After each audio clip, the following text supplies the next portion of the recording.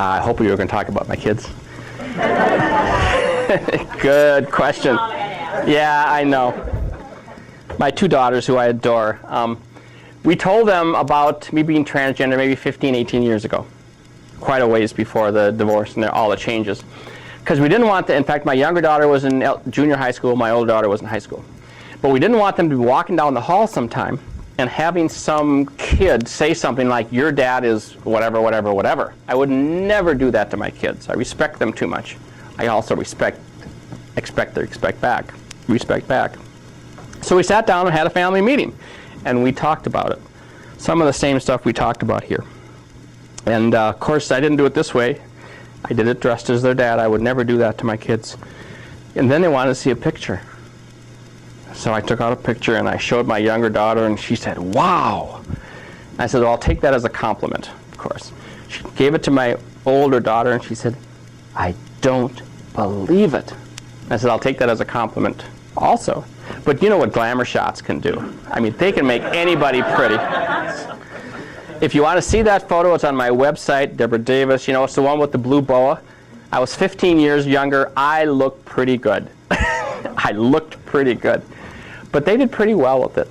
I didn't ask my daughter. My younger daughter has always been a lot better with this than my other daughter. And she likes to come down to Pride, and she's done presentations with me. You know, if it would have been appropriate, I would have brought her here. You know, because she likes talking to people. And I asked her, why are you so good with this? You know, why are you so really good? Because I'm different. You know, am I like everybody else? Yes, but I have this little different thing. I'm transgender. And she said, you know what? When we were growing up, we never knew who was coming to dinner. We never knew who was going to be walking into our house and be welcome there, whether it was a mixed racial couple, whether it's 2 women, whether it's people who didn't speak our language very well, people dressed differently. We didn't know, and you never said a word to us about who was coming. They were just friends that were welcome in our home, and we learned to appreciate and respect the diversity of people. Now, did I mean to do that? No, we just had an eclectic group of friends.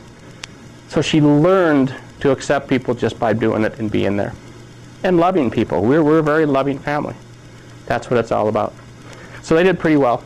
My daughters did very well with it. Let me tell you one little story about my granddaughter, and then you got too many questions. And then I'll answer your question. And my grandkids have always known. And my granddaughter, when I transitioned, was 98. She's 11 now. She was 3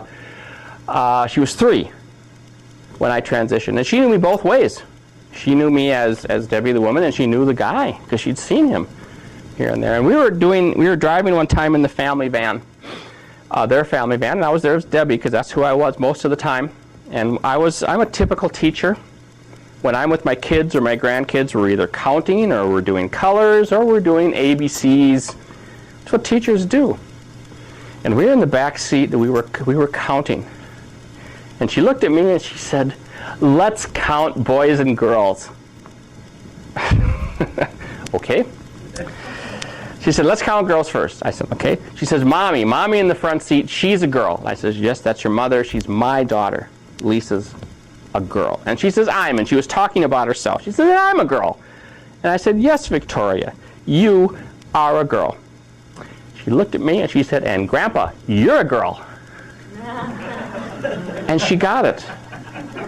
You know, 3 years old, she got it. She realized later it was easier to call me Grandma because then people wouldn't have all the questions. And she didn't know how to answer the questions. She just knew she loved me and she cared about me. So she started to call me Grandma. That's one of my favorite stories about that little girl. She's so cute. And you're going to see a picture.